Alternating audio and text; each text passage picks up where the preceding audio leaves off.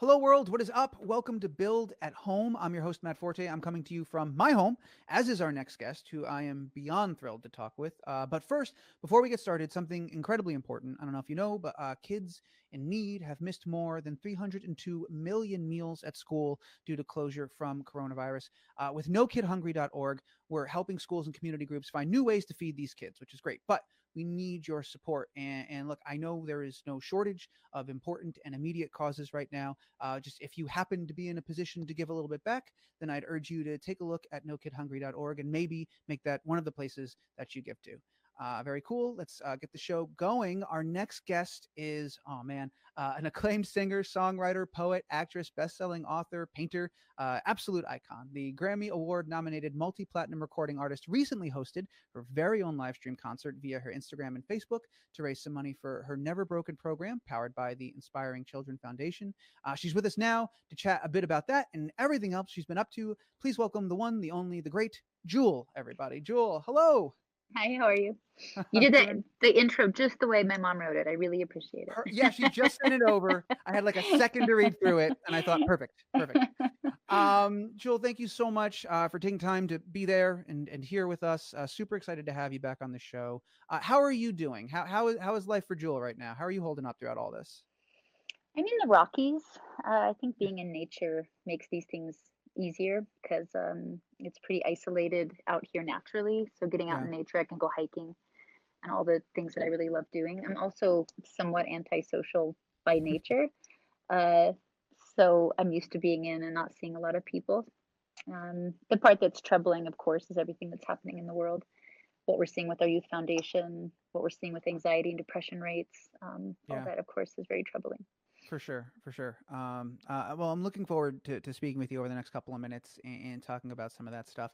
I just saw you were very recently, like an hour or so ago, you were performing live again on Billboard, I believe, and you had just hosted live from San Quarantine Mhm. for the Children Foundation. How did you guys do with that, by the way? How much money did you raise We for the did foundation? good. We raised $550,000 in one night. No way! That's I know. incredible. That's what I thought. I was like, holy smokes. Oh my goodness, that is amazing! Congratulations, Yeah. good for you. Yeah, Uh, thanks. Our budget is 1.8 million, and I can't do any of our fundraising because we can't go do concerts. So yeah, that's 95% of the families in our foundation already lost their jobs. oh my So god. just trying to keep them in housing and keep them fed during this time and keeping them safe. So we have a ways to go, but that kept all our lights on and kept our kids in housing. So we're good. For sure. Wow, 550. That's amazing. Yeah, That's a big dent to have been made in one night. it That's really is. cool. Yeah. You're an artist that I've heard talk about this before, the importance of an emotional connection that you feel with your audience when you're playing live. What's it been like now having done live from San Quarantine and just doing the Billboard thing, doing more and more of these live from home concerts. What's it been like performing for this massive audience on the other side of screens? How's that felt? For me, the emotionality comes when I'm singing. I just get sort Hmm. of lost in another world, and I know that translates whether we're in front of each other or not. I always have been embarrassed by the applause. Like if you see me live, I kind of would love to just disappear during the applause, and then I wish I could just reappear. So oddly, it works for me a little bit because there's just no applause. I can just go right on to the next thing.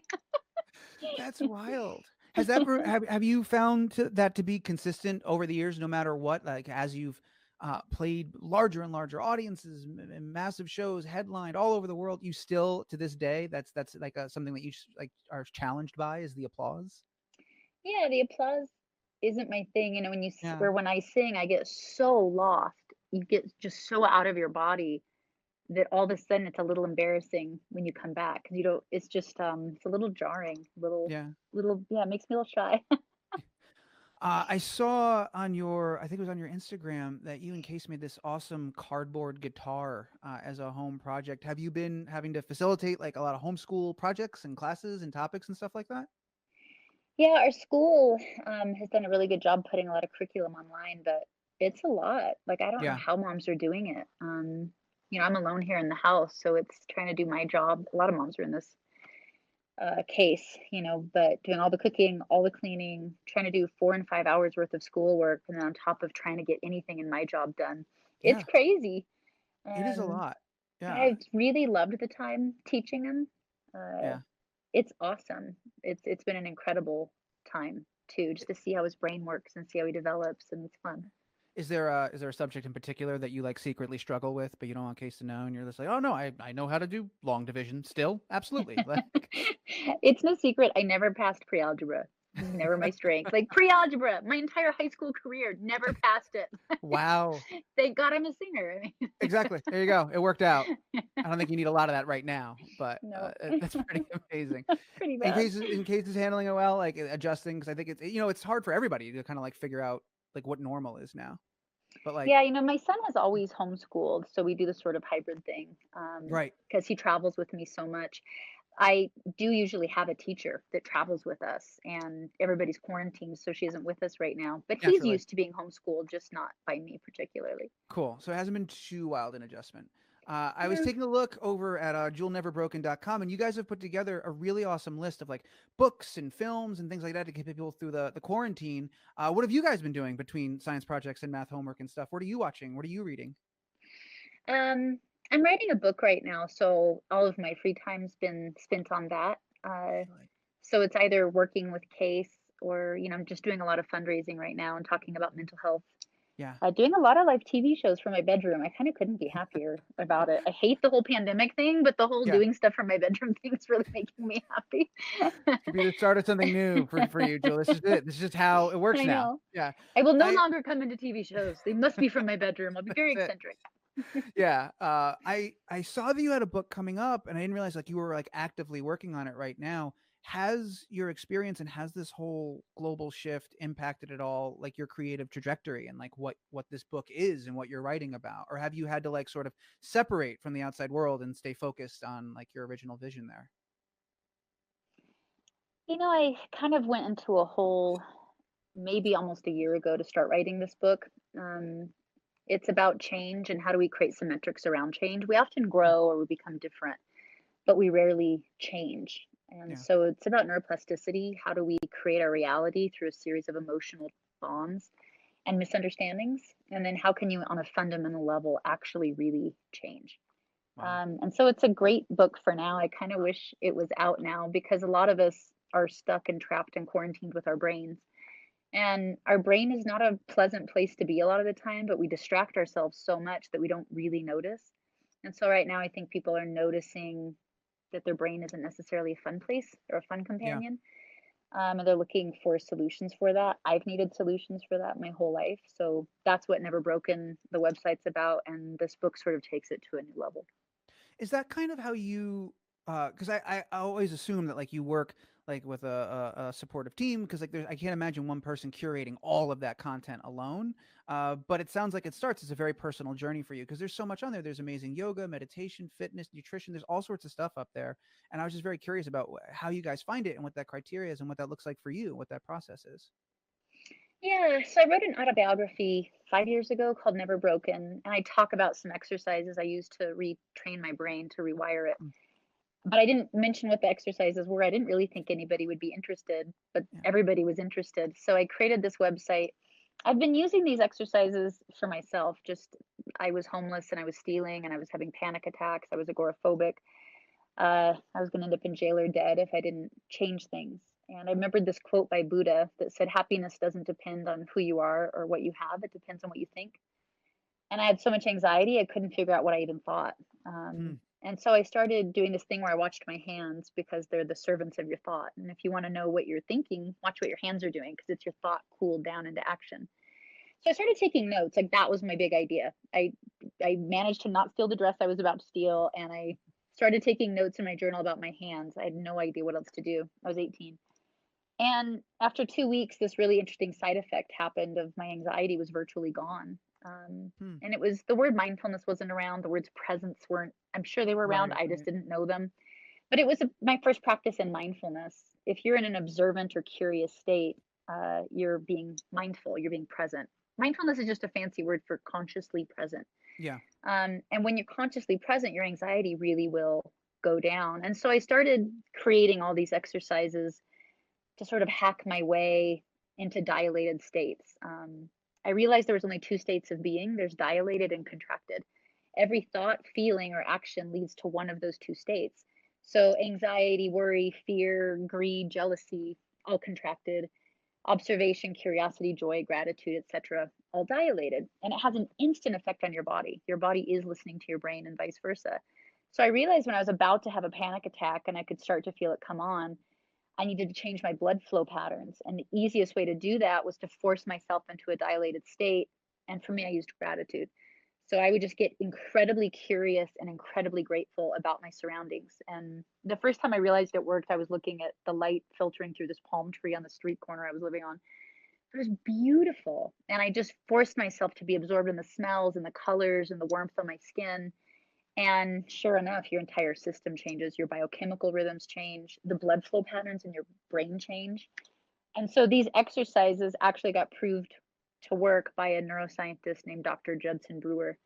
And so the Never Broken website is built of these really simple exercises. They're 3-minute exercises, but it explains a lot of the science behind them. And we curated that. And then my youth foundation, these are the tools they use. Our kids have, anxiety, suicidal ideation, depression. And so this is the curriculum they use. This curriculum is a loose word. They're just these exercises. Uh, but our kids are amazing. These are Yeah. for people that don't necessarily have access to therapists, or even if they do and they're just not getting that level of daily change that they want. And then our kids curate the rest. So, like our Yeah. book lists, our movie lists, our song lists, our articles, it's all stuff the Youth Foundation finds helpful and they upload it. Yeah. Yeah, I was blown away by all of it because I was familiar, obviously, with the book and with a lot of the stuff that you worked on, and I knew of the site. But when I was like really digging into it to prepare for this, I was like, man, there is a ton of amazing stuff up here, and you can tell it's very much. I use the word curated deliberately because it isn't just like an aggregate site that just pulls things from all over the web. These are carefully chosen things, exercises, examples, stories, great lists, and so it's really fascinating to hear that That whole makes me backstory of it, how you happy. guys did all that stuff. Um, Awesome. yeah, no, it's an amazing resource. I wanted to, you mentioned how it was so long ago that this all kind of started, this journey kind of started for you, and I'm just reminded that this is keep me honest here, this is the 25th anniversary It of your is. debut album, right? Yeah. My God, that is wild. Quarter of a century, monumental amount of time, right? Something we often hear is, how much have you changed? How much have you grown? I feel like a lot of that's apparent. I'm curious, what's been consistent for you when you think back at that time? Maybe it's the way you start writing a song, or maybe it's the way you practice, or even think. So, is there something that hasn't changed for you that's remained like true to you over these 25 years? I think some of the things I'm most proud of are the things I was able to keep intact. My life's been hard. All of our lives are hard. Our hearts are destined to be broken, and it's how we rebuild those pieces that makes us interesting. But if you can grow over life without getting more bitter, if you can keep curiosity, if you can keep that a joyousness and a youthful uh curiosity and a joyfulness when you see simple things, that's really an accomplishment. It's not Yeah. easy to do. So the fact that I've been able to retain those things and keep those things the same, I'm very proud of that. That took a Yeah. lot of work for me to be able to do that. The songwriting process definitely changed. This is the first. Has to. I have a new record that'll come out soon, and it's the first record I've written from scratch, and it was very difficult. It was a much harder record to write. Wait, I'm sorry. When you say from scratch, if you could elaborate on that for me, what do you mean Yeah, by I've the always been first? prolific. Yeah. When I was discovered 18, I think I had several hundred songs already written, and then I Oh kept being my. prolific. Yeah. So my entire career, I've had thousands of songs in my back catalog to pick from at any given time, and I write every style all the time. And so if I wanted to make a country record, I had several worth of country record songs in Just my ready back to go. catalog, and Yeah. I would just go pick them. So making records has never been stressful Huh. to me. Um, Having the courage to take risks or try new things or push boundaries, maybe, but this is the first record where I wanted to write every single song from zero, exactly who I am now without pulling anything from my back catalog. And it was hard. It was really hard. That's got to be a scary decision to make when you know that I've got a couple of hundred guaranteed. These are done. These are good songs. I believe in these. I've written these are good, but I'm not going to use any of them. I'm going to start Yeah. zero. Do you remember what motivated you or drove you to that decision of now's the time? I'm going to do absolutely blank slate I wanted it to represent who I was now, right now. Yeah. not little snapshots of who I was through time. Yeah. And it was hard to do that. It was hard, and I'm 45, to be able to write differently. How I relate emotionally to my art is really different.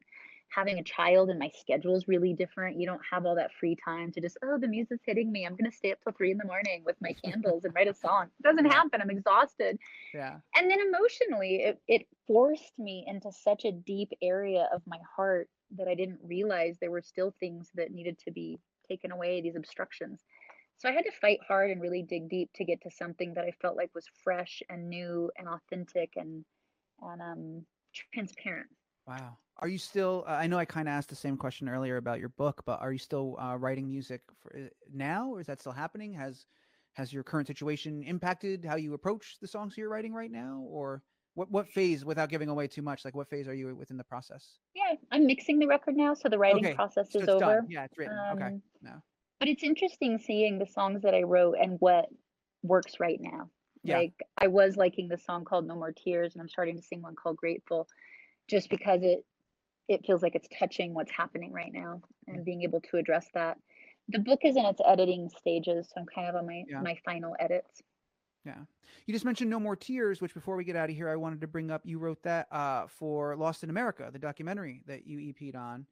And I bring that up because one of the things I was really curious about is that was playing in theaters and it's been at festivals. Have you guys thought at all about, with more and more films coming to VOD and stuff like that, getting a wider release and putting that out there for more people to see that, like during the quarantine? Have you talked about that at all? Or Yeah, definitely. We're all pivoting. That movie, Lost in America, is about youth homelessness, and I executive produced another one about mindfulness.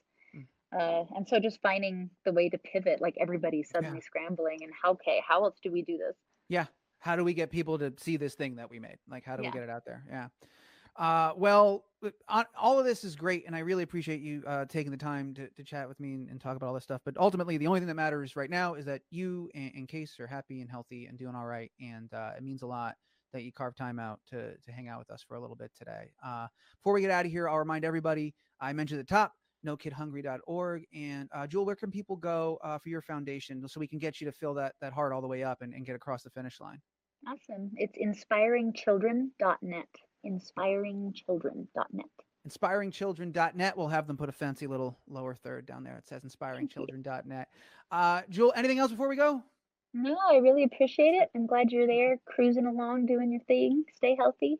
Likewise. Thank you so much.